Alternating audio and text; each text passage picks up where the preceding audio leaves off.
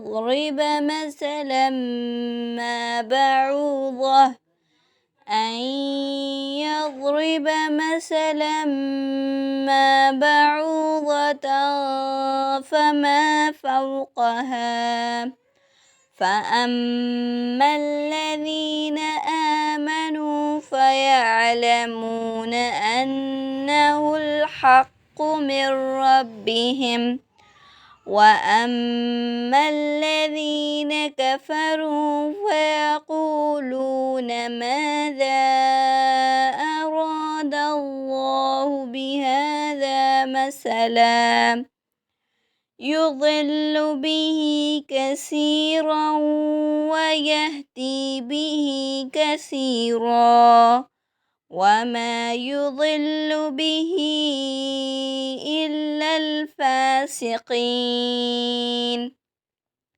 الذين ينقضون عهد الله من بعد ميثاقه ويقطعون ما أمر الله به أن يوصل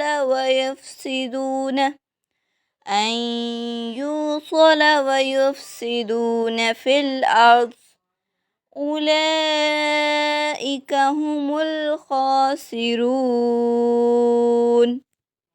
اللہ من الشیطان الرجیم بسم اللہ الرحمن الرحیم رب اشرح لی صدری ویسر لی امری واحلل عقدۃ من لسانی یفقہوا قولی۔ سورہ بقرہ آیت نمبر 26۔ ان اللہ لا یستحیی ان یضرب مثلا ما بعوضۃ فما فوقها فاما الذین آمنوا فیعلمون انہ الحق من ربهم وَأَمَّا الَّذِينَ كَفَرُوا فَيَقُولُونَ مَاذَا أَرَادَ اللَّهُ بِهَذَا مَثَلًا يُضِلُّ بِهِ كَثِيرًا وَيَهْدِي بِهِ كَثِيرًا وَمَا يُضِلُّ بِهِ إِلَّا الْفَاسِقِينَ۔ یقیناً اللہ تعالیٰ اس سے نہیں شرماتا کہ وہ مچھر یا اس سے بھی اوپر کسی چیز کی مثال بیان کرے۔ بس جو لوگ ایمان لائے تو وہ جانتے ہیں کہ یقیناً وہ ان کے رب کی طرف سے حق ہے، لیکن جن لوگوں نے کفر کیا تو وہ کہتے ہیں کہ اس مثال سے اللہ تعالیٰ نے کیا ارادہ کیا ہے۔ اللہ سبحانہ و تعالیٰ اس کے ذریعے بہت سوں کو گمراہ کرتا ہے اور بہت سوں کو ہدایت دیتا ہے، اور وہ اس کے ساتھ فاسقوں کے سوا کسی کو گمراہ نہیں کرتا۔ اللہ تعالیٰ نے منافقوں کی 2 مثالیں بیان فرمائیں، تو ان کو سن کر منافق بولے کہ اللہ تعالیٰ کی یہ شان نہیں ہے کہ وہ ایسی چھوٹی چھوٹی مثالیں بیان فرمائے۔ اس پر یہ یا ایسی بھی بات تھی کہ جب اللہ تعالیٰ نے قرآن پاک میں مکھی کی مثال دی یا مکڑی کی مثال دی تو مشرک کہنے لگے کہ مکھی اور مکڑی کو کیوں بیان کیا جاتا ہے، تو بھلا قرآن مجید میں ان حقیر چیزوں کا کیا کام؟ تو اس پر یہ آیت نازل ہوئی کہ اللہ تعالیٰ تو اس سے نہیں شرماتا کہ خواہ وہ کوئی ادنا ہو یا اعلیٰ، اور کیونکہ یہ سب اللہ کی مخلوق ہے، اللہ تعالیٰ نے بنایا ہے ان ساری مخلوق کو۔ اور اگر آپ مچھر کو بھی لے لیتے ہیں نا تو مچھر کی وجہ سے تو آپ دیکھ لیں کہ سب ڈرتے ہیں، ڈینگی جو پھیل گیا، ہاں اتنا چھوٹا سا مچھر ہے۔ اور یہ کہ اگر مچھر کے اندر بھی اگر آپ دیکھیں نا کہ اس کے اندر کیا کیا چیز ہے، اللہ تعالیٰ کی قدرت کا وہ شاہکار ہے، کتنی چیزیں اس کے اندر موجود ہیں۔ اس کے 3 دل ہیں، ہاں 2 دل اس کے پروں پہ ہیں اور 1 دل اس کا اپنا ہے، اور اس کے کتنے دانت ہیں پتہ نہیں۔ میں وہ ایک ویڈیو دیکھ رہی تھی، اس کے اندر سارے مچھر کی، ہاں اتنی سی چھوٹی سی مخلوق ہے اللہ تعالیٰ کی، اور اس مخلوق کی وجہ سے اللہ تعالیٰ کتنے بڑے بڑے کام لے لیتے ہیں۔ اس چھوٹی سی مخلوق نے نمرود کو مارا تھا اللہ کے حکم سے۔ تو اللہ تعالیٰ ہیں، اللہ تعالیٰ جس کو چاہیں جس طرح بھی جس طریقے سے بھی کچھ بھی کر سکتے ہیں، یہ اللہ کی مرضی ہے۔ ہمیں ایک روایت ملتی ہے مچھر کے حوالے سے، اگر آپ دیکھیں تو اللہ تعالیٰ کے نزدیک دنیا کی قدر مچھر کے ایک پر کے برابر بھی اگر ہوتی تو کافر کو ایک گھونٹ یا ایک قطرہ پانی کا بھی نہ ملتا. اگر مچھر کے پر کے برابر بھی کوئی حقیقت ہوتی اس دنیا کی تو، یعنی مچھر کی مثال جو ہے وہ حدیث میں بھی بیان ہوئی ہے.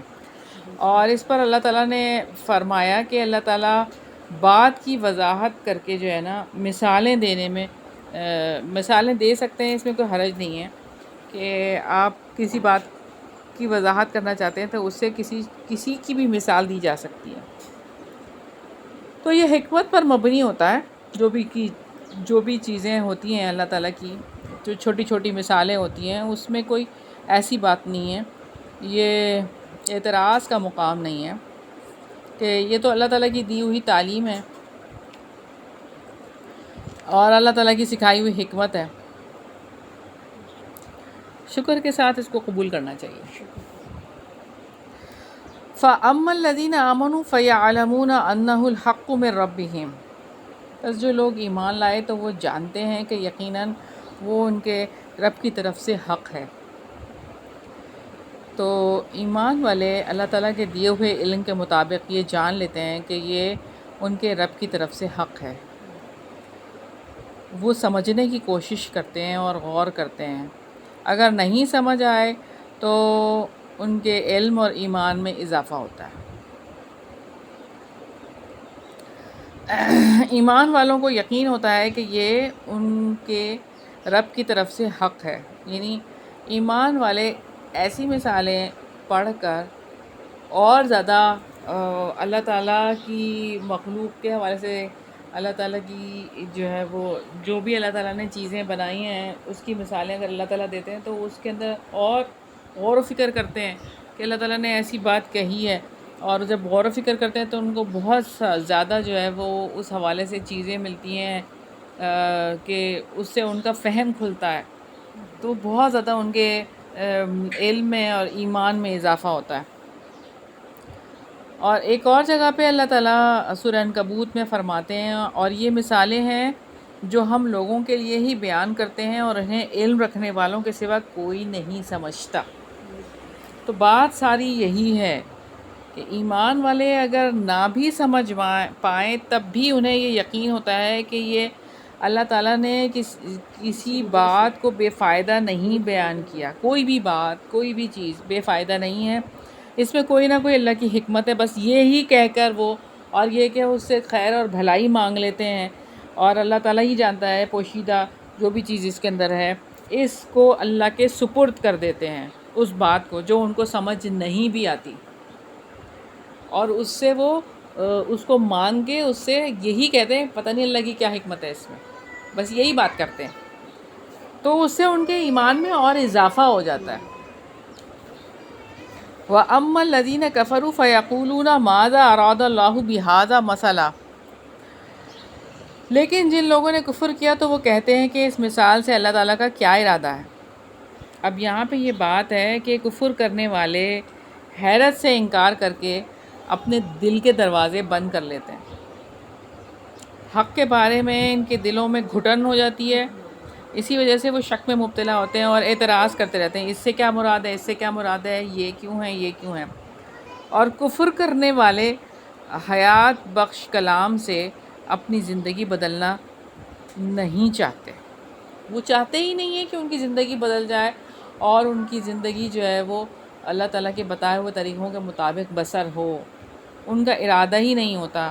اس لیے انہیں کلام جو چاہتا ہے، یعنی اللہ کا کلام، تو اس کی باتوں پہ یقین ہی نہیں آتا اور وہ شک کی کیفیت میں رہتے ہیں. اسی وجہ سے وہ اعتراض کرتے رہتے ہیں اور ان کے کفر میں اضافہ ہوتا رہتا ہے. اللہ تعالیٰ فرما رہے ہیں یُضِلُّ بِهِ کثیرا وَیَہْدِی بِهِ کثیرا، اس کے ذریعے بہت سو کو اللہ تعالیٰ گمراہ کرتا ہے اور بہت سو کو ہدایت دیتا ہے. تو اللہ سبحانہ وتعالیٰ جو بھی بات بیان کرتے ہیں، کوئی بھی مثال بیان کرتے ہیں، اس کے ذریعے بہت سارے لوگ جو مومن ہوتے ہیں وہ ہدایت پاتے ہیں اور جو کافر ہوتے ہیں جو ہدایت لینا نہیں چاہتے وہ گمراہ ہو جاتے ہیں۔ اب یہ بات ہے کہ ایک اور جگہ پہ اللہ تعالیٰ نے گمراہ کن لوگوں کے حوالے سے یہ بات فرمائی ہے سورہ توبہ میں، اور جب بھی کوئی صورت نازل کی جاتی ہے تو ان میں سے کچھ لوگ کہتے ہیں کہ تم میں سے کس کو ایمان میں اس سے زیادہ کیا، چنانچہ جو لوگ ایمان لائے سو ان کو ایمان میں اس نے زیادہ کیا اور اس سے بہت وہ خوش ہوتے ہیں، لیکن وہ لوگ جن کے دلوں میں بیماری ہے تو اس نے ان کو گندگی میں اور گندگی کے ساتھ زیادہ کر دیا، اور وہ اس حال میں مرے کہ وہ کافر تھے۔ استغفر اللہ۔ تو بات یہی ہے کہ قرآنی آیات کچھ لوگوں کے لیے آزمائش بن جاتی ہیں اور ان کی گمراہی میں اضافہ کرتی ہیں، اور کچھ لوگوں کے لیے وہ انعام بن جاتی ہیں اور ان کے لیے ہدایت کا سبب ہو جاتی ہیں۔ تو ہر طرح کے نقص سے پاک ہے وہ، جس کے لیے چاہتا ہے ہدایت کا فیصلہ کر دیتا ہے اور جس کے لیے چاہتا ہے گمراہی کا فیصلہ کرتا ہے۔ کچھ لوگ جو سچی بات کی تلاش اور جستجو میں رہتے ہیں، انہیں جب سچ مل جاتا ہے تو جب وہ حقیقت کو پا لیتے ہیں تو ان کا دل جھک جاتا ہے، سچ کو وہ قبول کر لیتے ہیں اور وہ یوں ہدایت پا جاتے ہیں۔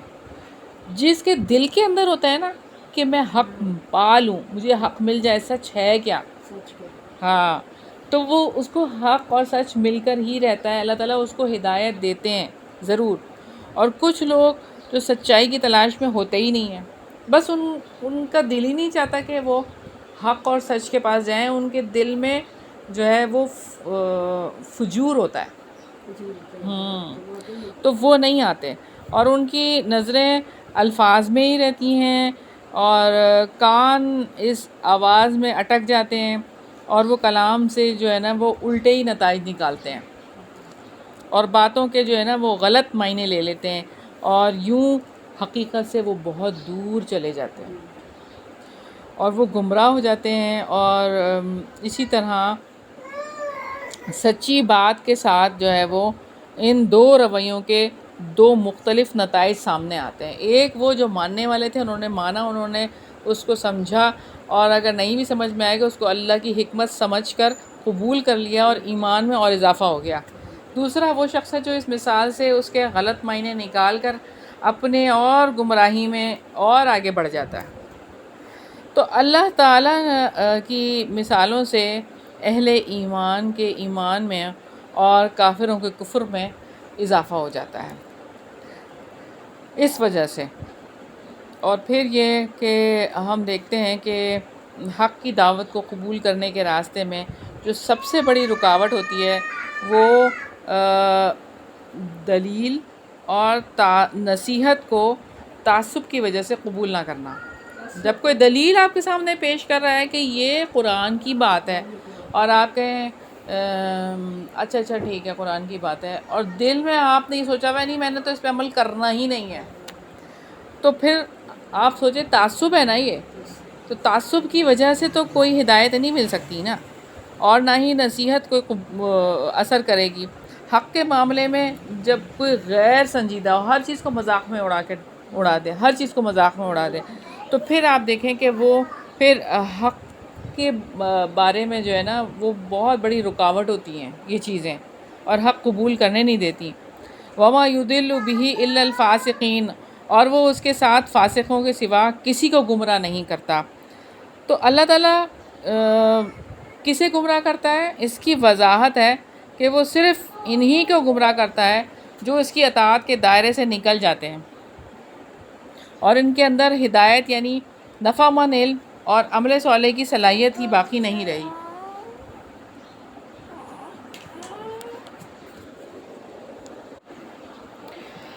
تو ہم دیکھ رہے تھے اللہ تعالیٰ فرما رہے ہیں وَمَا يُضِلُّ بِهِ إِلَّا الْفَاسِقِينَ، اللہ تعالیٰ ان لوگوں کو گمراہ کرتا ہے کہ جو اس کی اطاعت کے دائرے سے باہر نکل جاتے ہیں اور ان کے اندر ہدایت یعنی نفع مند علم اور عمل صالح کی صلاحیت باقی نہیں رہتی، پھر ایسا ہوتا ہے۔ اور فاسق کون ہے؟ الا الفاسقین میں اگر آپ دیکھیں تو اللہ تعالیٰ کے حکم، ایمان اور عمل صالح سے نکل جانے والا فاسق ہے، اور فسق جو ہے وہ اطاعت سے نکل جانے کو کہتے ہیں۔ تو رب العزت کا فرمان ہے سورہ توبہ میں، ان المنافقین هم الفاسقون، منافق ہی در حقیقت فاسق ہے، نافرمان ہے۔ تو اس سے پتہ چلتا ہے کہ یہ منافق ہوتے ہیں جو فاسق ہوتا ہے۔ اگلی آیت ہے آیت نمبر 27، الذین ینقضون عہد اللہ من بعد میثاقہ ویقطعون ما امر اللہ بہ ان یوصل ویفسدون فی الارض اولئک ھم الخاسرون، وہ جو اللہ تعالیٰ کے عہد کو پختہ کرنے کے بعد توڑ دیتے ہیں اور وہ اسے کاٹ دیتے ہیں جس کے بارے میں اللہ تعالیٰ نے حکم دیا کہ اسے ملایا جائے، اور زمین میں فساد کرتے ہیں، یہی لوگ خسارہ اٹھانے والے ہیں۔ اللہ تعالیٰ نے یہاں پر عہد کی بات کی ہے کہ جو عہد کو پختہ کرنے کے بعد توڑ دیتے ہیں۔ عہد اگر دیکھا جائے تو اس کے 3 معنی نکلتے ہیں۔ پہلی بات تو یہ ہے کہ اللہ تعالیٰ کی وصیت ہے جو اس نے اپنے پیغمبروں کے ذریعے تمام انسانوں کو کی ہے، تاکہ وہ اللہ تعالیٰ کی جو حکم ہے، جو احکامات ہیں وہ پورے کریں، اور جو اللہ تعالیٰ نے جن سے روکا ہے ان سے رک جائیں۔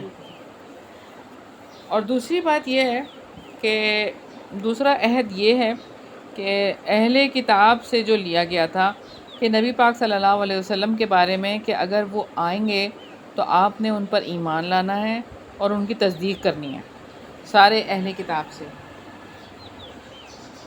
اور تیسری بات یہ ہے کہ یہ وہ عہد ہے جو کہ آسمانوں پہ لیا گیا تھا ساری روحوں سے، عہد الست بھی یہ ہو سکتا ہے جو آدم علیہ السلام کی سلب سے نکلے تھے، آدم علیہ السلام کی پشت سے جو نکلے تھے ساری روحیں، تو ان یعنی وہ ساری اولادیں آدم علیہ السلام کی، ہم بھی تھے ان میں، تو ان سے جب لیا گیا تھا عہد، کہ اللہ تعالیٰ نے پوچھا تھا کہ کیا تم میری عبادت کرو گے، مجھے الہ مانتے ہو؟ سب نے کہا تھا کہ ہم آپ ہی کی عبادت کریں گے اور آپ ہمارے الہ ہیں۔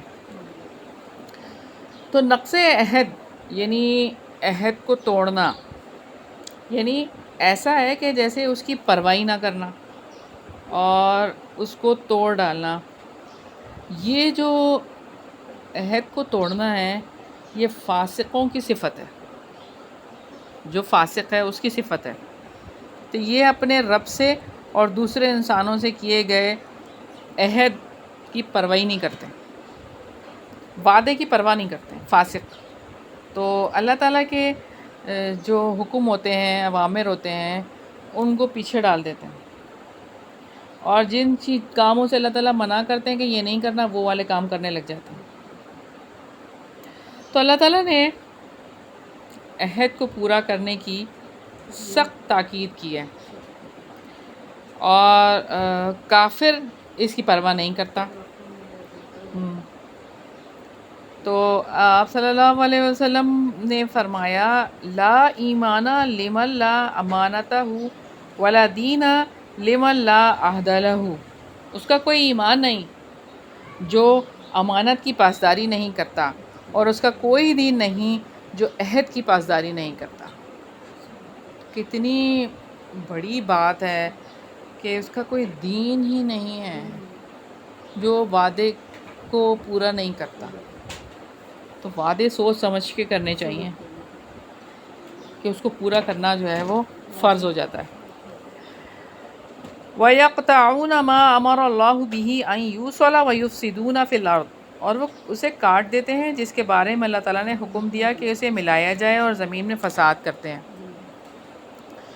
تو اللہ تعالیٰ نے ہمیں اس رشتے کو جوڑنے کا حکم دیا ہے جو ہمارے اور اللہ تعالیٰ کے درمیان ہے. ہم اللہ تعالیٰ پر ایمان لائیں اور اس کی عبادت کریں. یہ رشتہ اللہ کا اور ہمارے اور رب کے درمیان جو رشتہ ہے کہ ہم اللہ پہ ایمان لے کر آئیں اور اسی کی عبادت کریں. تو یہ جوڑ کے رکھنا ہے اور یہی کام کرتے رہنا ہے مضبوطی کے ساتھ. اور ہمارے اور رسول اللہ صلی اللہ علیہ وسلم کے درمیان جو تعلق ہے اسے قائم رکھیں. یعنی آپ صلی اللہ علیہ وسلم پر ایمان لائیں، ان سے محبت کریں، ان کی مدد کریں اور ان کے سارے حقوق جو ہے وہ ادا کریں. جیسے کہ ہم دیکھیں کہ آپ صلی اللہ علیہ وسلم پر ایمان بھی لے کر آتے ہیں، آپ صلی اللہ علیہ وسلم سے محبت بھی بہت زیادہ ہے. ہر ایک کو، جس کو بھی پوچھ لیں آپ، سب الحمدللہ بہت محبت کرتے ہیں، لیکن ان کی مدد کوئی نہیں کرتا. اللہ تعالیٰ نے یہاں پہ یہ ہے بات، اگر آپ نے رشتہ جوڑنا ہے تو رشتے کو ایسے جوڑنا ہے کہ ان کی مدد کرنی ہے. ان کی مدد کیسے کرنی ہے؟ جو وہ دین لے کر آئے تھے وہ تو آگے پھیلانا ہے نا. ہاں جی، عمل بھی کرنا ہے اور آگے بھی پھیلانا ہے. بالکل صحیح کہہ رہی ہیں. تو بات یہ ہے کہ نہ عمل کرتے نہ آگے پھیلاتے ہیں. ہاں، محبت ہی کرتے رہتے ہیں. تو سارے ہی کام کرنے ہیں اور ان کے تمام حقوق ادا کرنے ہیں. جو بھی آپ صلی اللہ علیہ وسلم کے حقوق ہیں، اپنی جان سے زیادہ ان کو عزیز رکھنا ہے، اپنی جان سے زیادہ ان سے محبت کرنی ہے اور ان کے ہر فرمان پر اپنی جان دینی ہے. ہر فرمان پر. آپ صلی اللہ علیہ وسلم فرما رہے ہیں کہ نماز میری آنکھوں کی ٹھنڈک ہے، آپ نماز ہی نہیں پڑھتے. یہ کیا بات ہوئی؟ ایک طرف آپ کہتے ہو کہ میں تو آپ صلی اللہ علیہ وسلم سے محبت کرتا ہوں اور دوسری طرف آپ نماز ہی نہیں پڑھتے، اور آپ جو ہے وہ جو آپ صلی اللہ علیہ وسلم نے حکم دیے ہیں وہ پورے کرتے ہی نہیں ہیں. تو بس یہ بات ہے کہ ہمیں ان رشتوں کو جوڑنا ہے اور ایسے جوڑنا ہے. اور وہ تعلقات جو ہمارے والدین کے ساتھ ہیں، ہمارے دوسرے عزیز و اقارب کے ساتھ ہیں، جو ہمارے دوست ہیں ان کے ساتھ ہیں، یعنی تمام جو ہے وہ انسانوں کے ساتھ جو تعلقات ہیں وہ، اور پھر دوسری مخلوق کے ساتھ درمیان جو اللہ تعالیٰ نے رکھے ہیں حقوق، وہ سارے حقوق ادا کرنا، یہ جوڑنا ہے اصل میں. اور یہ سب چیزیں جوڑنے میں شامل ہیں اور اس کا حکم ہمیں اللہ تعالیٰ نے دیا. تو اہل ایمان ان تمام رشتوں اور تعلقات کو جوڑے رکھتے ہیں جن کو اللہ تعالیٰ نے جوڑنے کا حکم دیا ہے، اور بہترین طریقے سے جو ہے وہ ان کے حقوق ادا کرتے رہتے ہیں. سیدہ عائشہ رضی اللہ عنہا سے روایت ہے کہ رسول اللہ صلی اللہ علیہ وسلم نے فرمایا، رشتہ داری عرش کے ساتھ لٹکی ہوئی ہے، اللہ کے عرش کے ساتھ، اور وہ کہتی ہے کہ جس نے مجھے جوڑا اللہ تعالیٰ اسے جوڑے گا، اور جس نے مجھے توڑا اللہ تعالیٰ اس سے دور ہو جائے گا. یعنی کہ جس نے رشتہ داری کو جوڑا، یعنی آپس میں جو رشتے اللہ تعالیٰ نے بنائے اس کو آپس میں جڑ کے رہا تو اللہ تعالیٰ اس سے جڑ جائیں گے، اور اگر وہ توڑتا ہے تو اللہ تعالیٰ اس سے دور ہو جائیں گے. فیصلہ ہمارا ہے، پھر دیکھ لیں کہ اللہ تعالیٰ سے جڑ کے رہنا ہے یا دور رہنا ہے. تو اہل فسق جو ہیں، جو فاسق ہیں، وہ رشتوں کو توڑتے ہیں اور ان کا کوئی خیال نہیں کرتے، قطع رحمی سے کام لیتے ہیں، گناہوں کے کام کرتے ہیں، اللہ تعالیٰ کی نافرمانی کرتے ہیں اور یوں زمین میں فساد کرتے ہیں. سیدنا جبیر بن مطعم رضی اللہ عنہ سے روایت ہے کہ نبی پاک صلی اللہ علیہ وسلم نے فرمایا کہ رشتہ داری توڑنے والا جنت میں داخل نہیں ہوگا.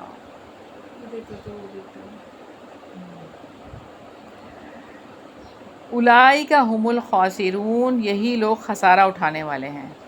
تو یہی لوگ ہیں جو ہلاک ہونے والے ہیں، ان کے نصیب میں کوئی نفع نہیں ہے، کیونکہ ایمان نیک اعمال کی قبولیت کی شرط کے ساتھ قبول ہوگا، اگر آپ نیک اعمال کریں گے ایمان کے ساتھ تب آپ کے نیک اعمال قبول کیے جائیں گے، وگرنہ کفر کا کوئی وزن نہیں ہوتا. نیک اعمال تولے جائیں گے نا، کفر کا وزن نہیں ہوتا، وہ ہلکا ہوتا ہے.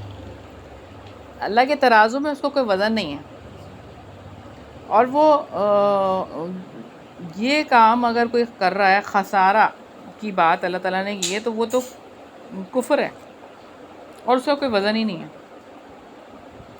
تو بات ساری یہ ہے، اللہ تعالیٰ نے ایک اور جگہ پہ فرمایا سورہ رعد میں، اور جو لوگ اللہ تعالیٰ کے عہد کو، اس کی پختگی کی بات توڑ دیتے ہیں اور وہ اس کو کاٹ ڈالتے ہیں، جن کے بارے میں اللہ تعالیٰ نے حکم دیا ہے کہ انہیں ملایا جائے، اور زمین میں فساد کرتے ہیں، یہی لوگ ہیں، ان کے لیے لعنت ہے اور ان کے لیے گھر کی خرابی ہے.